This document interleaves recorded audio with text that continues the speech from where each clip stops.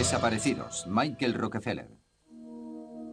La mañana del 18 de noviembre de 1961, Michael Rockefeller, de 23 años, miembro de una de las familias más famosas de Estados Unidos, fue a visitar algunas remotas aldeas de la impenetrable selva de Papúa Nueva Guinea. Junto a un compañero holandés, René Washing, y dos guías nativos, Rockefeller navegaba en un tosco catamarán formado por dos canoas indígenas atadas con bambú. Atravesaron las desembocaduras del río Ilanden, conocido por sus fuertes mareas, traicioneras corrientes y peligrosos predadores. A 5 kilómetros de la costa, el oleaje inundó el motor fuera borda y el catamarán empezó a hundirse.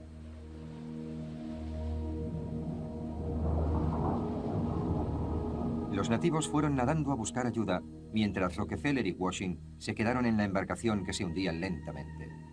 Al día siguiente, Washing fue encontrado sujeto a la canoa, pero no había señales de Michael Rockefeller.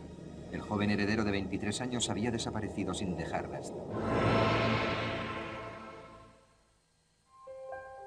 Michael Rockefeller era el hijo menor de Nelson y Mary Rockefeller. Tenía dos hermanos y dos hermanas, una de ellas su gemela, Mary. Llevaban una vida privilegiada en la finca familiar llamada Kiku, en Pocantico Hills, a pocos kilómetros de Nueva York. 4 generaciones de Rockefeller habían vivido allí a orillas del río Hudson en una mansión llena de antigüedades y obras de arte. En 1960, Michael se graduó en Economía e Historia por la Universidad de Harvard. Se esperaba que se incorporara al negocio familiar de los Rockefeller. A finales del siglo XIX, el bisabuelo de Michael, John D. Rockefeller, amasó una gran fortuna con el auge del petróleo. Fundó la Standard Oil Company en los campos petroleros de Cleveland y en 1890 producía el 75% del petróleo de Estados Unidos. Durante toda su vida laboral, Rockefeller había donado parte de sus beneficios a la iglesia y las sociedades benéficas. A los 57 años, Rockefeller dejó de ocuparse plenamente de la Standard Oil y se dedicó más a sus ocupaciones filantrópicas, a las que dedicaba millones de dólares. Murió en 1937 con 97 años de edad, pero las siguientes generaciones de la familia Rockefeller siguieron haciendo obras de caridad hasta llegar a sus nietos, incluyendo a Nelson, padre de Michael. Mantuvieron la Fundación Rockefeller durante todo el siglo XX. Desde sus inicios en 1913, la fundación había donado más de 2.000 millones de dólares a entidades de todo el mundo.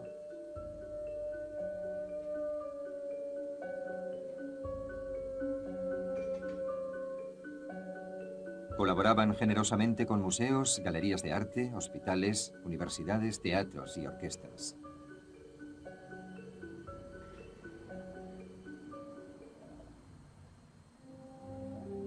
Los Rockefeller se convirtieron en una de las familias más pudientes y poderosas de Estados Unidos.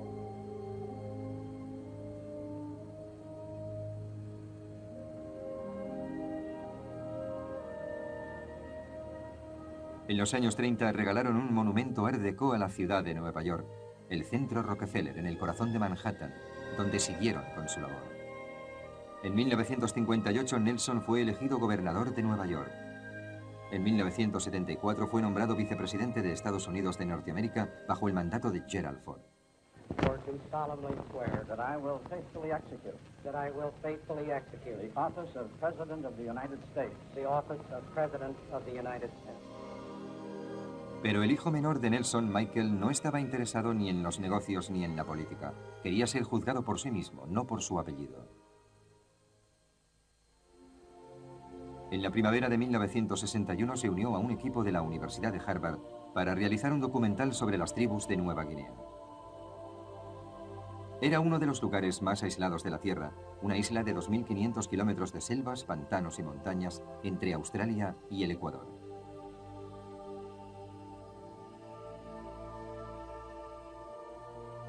Casi no existían mapas de las zonas del interior de la isla, prácticamente inaccesible.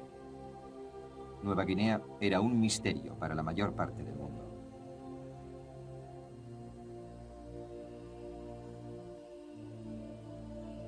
Abundaban los ríos y las cascadas, y para la expedición Los canales y los ríos que fluían por el interior eran los principales accesos. Las canoas de troncos eran su medio de transporte.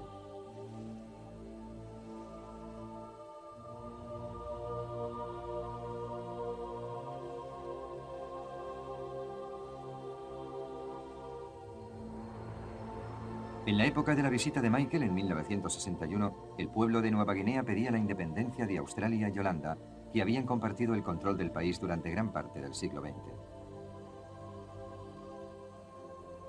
Con el aumento de la presión por la autodeterminación y la incorporación de Indonesia al debate sobre el futuro de Nueva Guinea, el país se hizo más inestable. Pero el equipo de filmación siguió con la expedición. Su misión era registrar las costumbres de las tribus poco conocidas de Nueva Guinea y planeaban pasar todo el verano trabajando en el proyecto. Michael era el fotógrafo y el técnico de sonido del grupo. El equipo pensaba concentrarse en la tribu Ndani, una comunidad que vivía en el remoto interior montañoso del país. Eran conocidos por su carácter violento. En los años 50 los holandeses intentaron evitar el derramamiento de sangre, prohibiendo las guerras tribales de forma oficial. Los Ndani obedecieron las nuevas reglas e incluso recreaban sus danzas guerreras sin derramamiento de sangre, pero nadie creía que las matanzas hubieran terminado. Las autoridades holandesas temían que la presencia de las cámaras animara a luchar a los miembros de la tribu. Incluso temían que los cineastas los incitaran a la violencia deliberadamente, con objeto de que su documental pareciera más auténtico. Las relaciones entre el equipo y las autoridades eran tensas, pero para Michael Rockefeller la política no era importante. Estaba disfrutando de una libertad que nunca había experimentado, pero se avecinaban cambios. En septiembre de 1961 la expedición de Harvard había terminado de filmar en Nueva Guinea, pero Michael Rockefeller no deseaba regresar a Norteamérica ni hacerse cargo de sus responsabilidades familiares. Siguió su viaje para visitar a otra tribu de la costa. Viajó al oeste de Papúa para pasar algún tiempo con los miembros de la tribu Asmat, famosos por sus complejas tallas de madera. Lo que vio allí le hizo quedarse en Nueva Guinea. Las esculturas serían una importante aportación a la colección del Museo de Arte Primitivo de Nueva York, fundado por su padre. Pero entonces se enteró de que sus padres, Nelson y Mary, pensaban divorciarse. Michael regresó enseguida a casa, pero no pudo hacer nada por evitarlo. Desalentado regresó a Nueva Guinea una semana después. Nunca más volvería a casa. De vuelta a la isla, Rockefeller se sumergió en la cultura Asmat.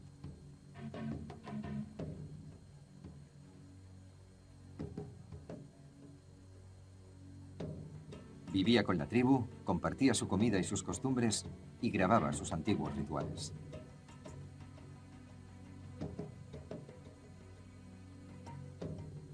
Los Asmat eran famosos por el uso ritual de los postes Bish, que esculpían con todo detalle cuando moría alguien en el poblado. Creían que ninguna muerte era fortuita y que había que restablecer el equilibrio entre la vida y la muerte.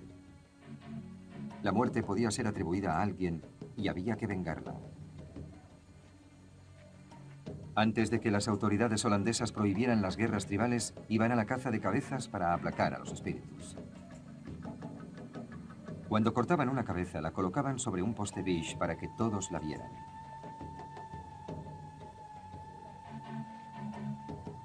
Después llevaban los cráneos al poblado y se dejaba que los postes se pudrieran en la selva. Después de la prohibición de los años 50, los miembros de la tribu seguían confiando en sus danzas y rituales para alejar a los malos espíritus. Michael decidió llevarse algunos postes Bish para exponerlos en la galería de Nueva York.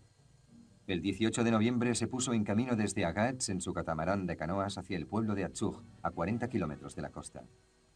La ruta era larga y tortuosa por los canales navegables del interior, pero Michael decidió tomar una ruta directa por el mar de Arafura, que le obligaba a cruzar la desembocadura del turbulento río Ilanden. Rockefeller iba acompañado del antropólogo holandés René Washing y de 2 guías nativos.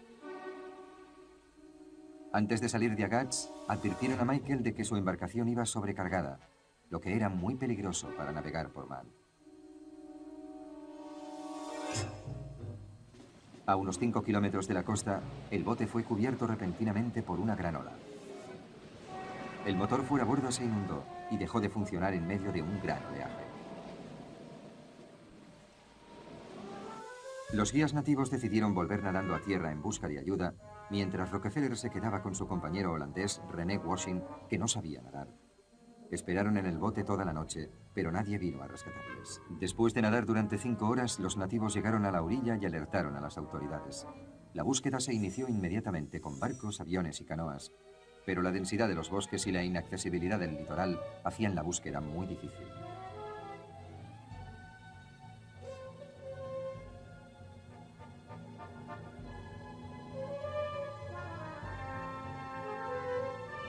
Los nativos registraron los campos sin hallarles. La noticia de la desaparición de Michael llegó a Norteamérica rápidamente y el gobernador Rockefeller y Mary, la hermana gemela de Michael, volaron hacia Nueva Guinea. Allí recibieron malas noticias. René Washing había sido encontrado dentro de la canoa, pero no había rastro de Michael. Después de pasar la noche en la embarcación, Michael estaba impaciente y por la mañana decidió volver nadando hacia la costa. Utilizó sus pantalones cortos para unir 2 bidones de gasolina que le sirvieran de flotadores. El gobernador Rockefeller pidió ayuda a los nativos y los colonos prepararon grandes mapas de la zona de búsqueda. Las lanchas continuaron registrando el mar y las aguas costeras. Rockefeller ofreció una recompensa de 250 cargas de tabaco, muy valorado y usado en Nueva Guinea como moneda de cambio. Concibieron esperanzas cuando se encontró uno de los bidones de gasolina que llevaban Michael. Pero no había rastro de él.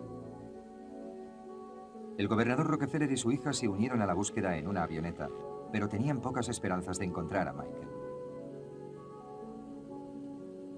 El terreno dificultaba la búsqueda. Mary temía que había perdido a su hermano gemelo para siempre.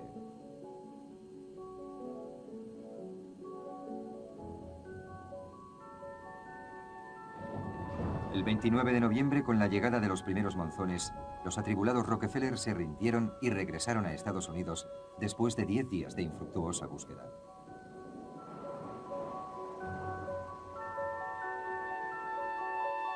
La opinión general en Nueva Guinea era que Michael debía haberse ahogado o que había sido atacado por tiburones. Pero la zona no era especialmente conocida por ataques de tiburones y no se había recuperado ningún cadáver. El tiempo pasaba y seguía siendo un misterio. La gente empezó a preguntarse si la desaparición de Michael se debía a un simple accidente. Insinuaban que algo mucho más siniestro podría haberle ocurrido.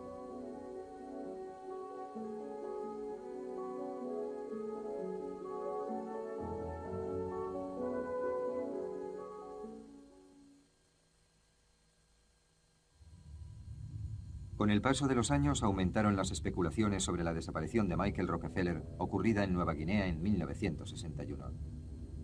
A pesar de la exhaustiva búsqueda, su cuerpo nunca fue encontrado.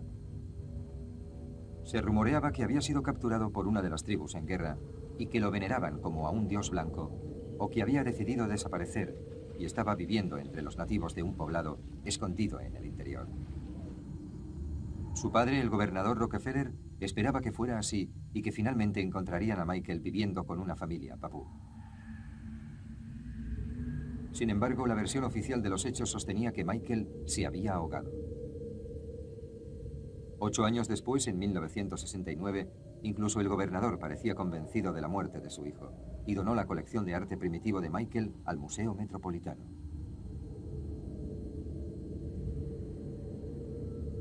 La preciada colección fue enviada a Estados Unidos y expuesta al público. This particular collection that we're standing in front comes from New Guinea. This is the one that was made by my son, Michael C. Rockefeller, who lost his life in the process of making the collection for the Museum of Primitive Art. It is the one area of the world where there was still in existence today a Stone Age people. These biche poles, as they're called, ceremonial poles, were actually made while he was there, and they're carved by the people in the area with stones and shells, no iron or axes or knives were used, and it is almost inconceivable that there is still in the world, or I'm afraid it's going now, but a people who have this extraordinary creativity and yet are living the kind of life that we think of as primitive. Aunque el destino de Michael Rockefeller seguía siendo un misterio, algunos pensaban que su desaparición y su probable muerte eran resultado de un acto de venganza ocurrido 3 años antes. La verdad se ocultaba en la selva. Había 2 aldeas en la región sur de los Asmat llamadas Omadeseb y Otchaneb.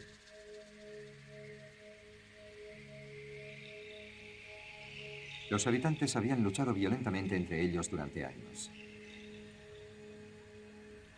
La guerra llegó a su momento álgido a finales de los 50 y cientos de hombres, mujeres y niños fueron asesinados o heridos a pesar de los intentos de los misioneros europeos por ayudarles. Las aldeas fueron pasto de las llamas y las casas quedaron arrasadas. A uno de los puestos costeros solo regresaron 24 hombres. El grupo constaba al principio de 124. En esos momentos, las autoridades holandesas intentaban establecer la paz en las tierras interiores y acabar con las guerras tribales que dificultaban su mandato en el país. Las autoridades holandesas y los miembros de las tribus nativas estaban enzarzados en una guerra diplomática por el gobierno del país. En febrero de 1958, un oficial de policía holandés sin experiencia fue enviado a realizar un control de rutina a la aldea Otchaneb.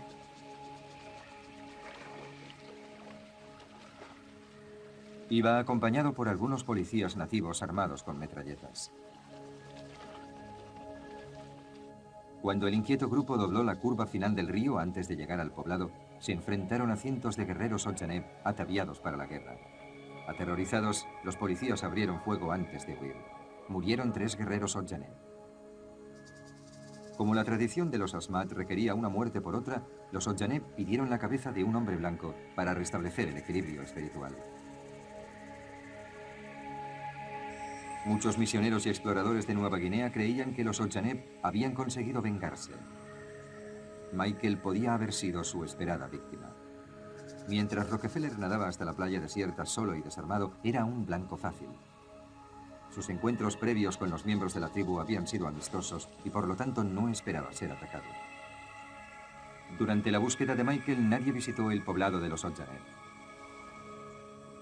Tenían fama de violentos y además los lugareños habían levantado una barricada en la entrada del río impidiendo el paso. Los Otchaneb estaban totalmente aislados. Durante los 18 años siguientes, la historia de Michael Rockefeller fue olvidándose, pero en Nueva York, su familia seguía necesitando saber la verdad. Después de la muerte de Nelson Rockefeller en 1979, Mary, la madre de Michael, contrató a un investigador privado para que buscara a su hijo perdido. El australiano Frank Monty, que se denominaba a sí mismo Detective de las Estrellas, recibió $250.000 para buscar a Michael Rockefeller o sus restos. Monty puso anuncios en los periódicos ofreciendo una recompensa por cualquier información sobre la desaparición de Michael Rockefeller. En octubre de 1979, 18 años después de la desaparición de Michael, las investigaciones de Monty lo llevaron a Foss, una pequeña aldea en la cabecera del río Ilanden, en Nueva Guinea. Allí hizo un trato con el jefe del poblado y le cambió una de sus lanchas fuera borda por 3 cráneos. Los cráneos de los únicos hombres blancos a quienes había matado la tribu.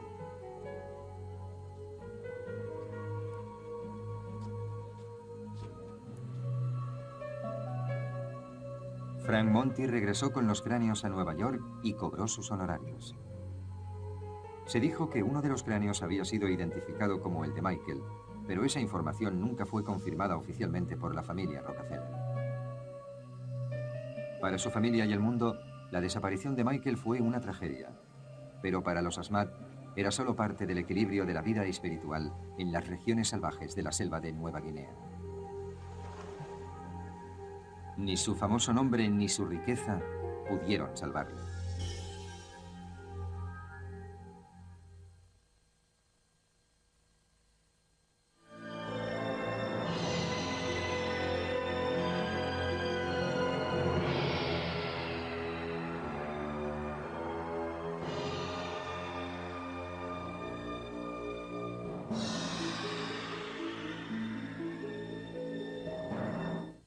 Estados Unidos. Durante toda su vida laboral, Rockefeller había donado parte de sus beneficios a la Iglesia y las sociedades benéficas. A los 57 años, Rockefeller dejó de ocuparse plenamente de la Standard Oil y se dedicó más a sus ocupaciones filantrópicas, a las que dedicaban millones de dólares. Murió en 1937 con 97 años de edad, pero las siguientes generaciones de la familia Rockefeller siguieron haciendo obras de caridad hasta llegar a sus nietos, incluyendo a Nelson, padre de Michael. Mantuvieron la Fundación Rockefeller durante todo el siglo XX. Desde sus inicios en 1913, la Fundación había donado más de 2.000 millones de dólares a entidades de todo el mundo.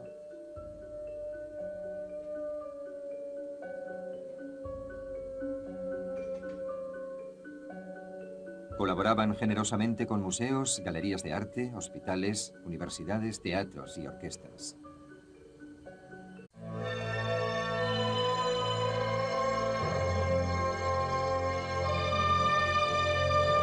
Desaparecidos, Michael Rockefeller. La mañana del 18 de noviembre de 1961, Michael Rockefeller, de 23 años, miembro de una de las familias más famosas de Estados Unidos, fue a visitar algunas remotas aldeas de la impenetrable selva de Papúa Nueva Guinea. Junto a un compañero holandés, René Washing, y dos guías nativos, Rockefeller navegaba en un tosco catamarán formado por dos canoas indígenas atadas con bambú. Atravesaron las desembocaduras del río Ilanden, conocido por sus fuertes mareas, traicioneras corrientes y peligrosos predadores. A 5 kilómetros de la costa, el oleaje inundó el motor fuera borda y el catamarán empezó a hundirse.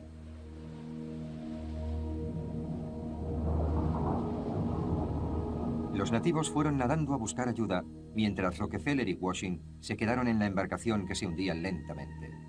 Al día siguiente, Washing fue encontrado sujeto a la canoa, pero no había señales de Michael Rockefeller.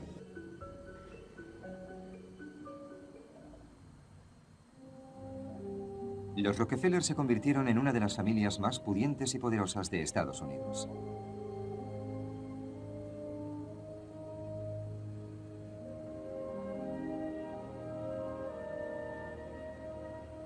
En los años 30 regalaron un monumento Art Deco a la ciudad de Nueva York, el Centro Rockefeller, en el corazón de Manhattan, donde siguieron con su labor.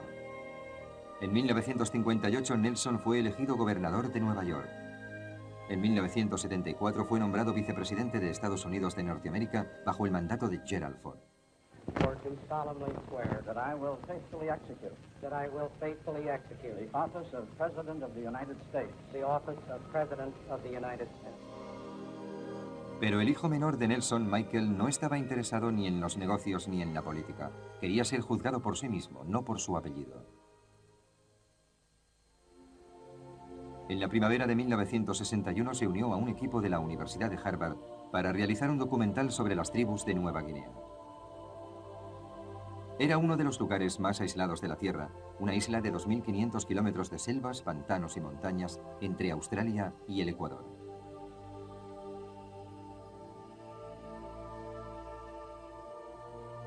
Casi no existían mapas de las zonas del interior de la isla, prácticamente inaccesible. Nueva Guinea era un misterio para la mayor parte del mundo.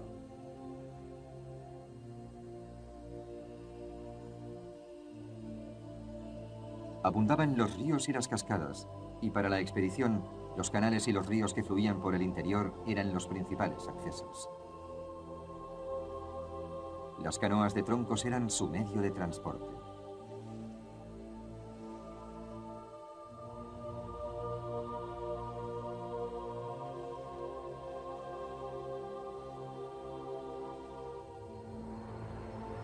En la época de la visita de Michael en 1961, el pueblo de Nueva Guinea pedía la independencia de Australia y Holanda. El joven heredero de 23 años había desaparecido sin dejar rastro. Michael Rockefeller era el hijo menor de Nelson y Mary Rockefeller. Tenía 2 hermanos y 2 hermanas, una de ellas su gemela, Mary. Llevaban una vida privilegiada en la finca familiar llamada Kiku, en Pocantico Hills, a pocos kilómetros de Nueva York. 4 generaciones de Rockefeller habían vivido allí a orillas del río Hudson en una mansión llena de antigüedades y obras de arte. En 1960, Michael se graduó en Economía e Historia por la Universidad de Harvard. Se esperaba que se incorporara al negocio familiar de los Rockefeller. A finales del siglo XIX, el bisabuelo de Michael, John D. Rockefeller, amasó una gran fortuna con el auge del petróleo. Fundó la Standard Oil Company en los campos petroleros de Cleveland y en 1890 producía el 75% del petróleo de